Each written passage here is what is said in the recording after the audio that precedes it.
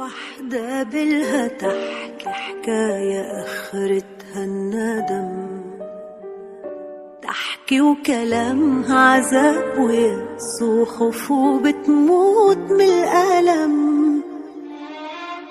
كل واحدة حاسة بالغربة يا عايزة تروح بعيد، لا نفسها مطمنة ولا قلبها عايز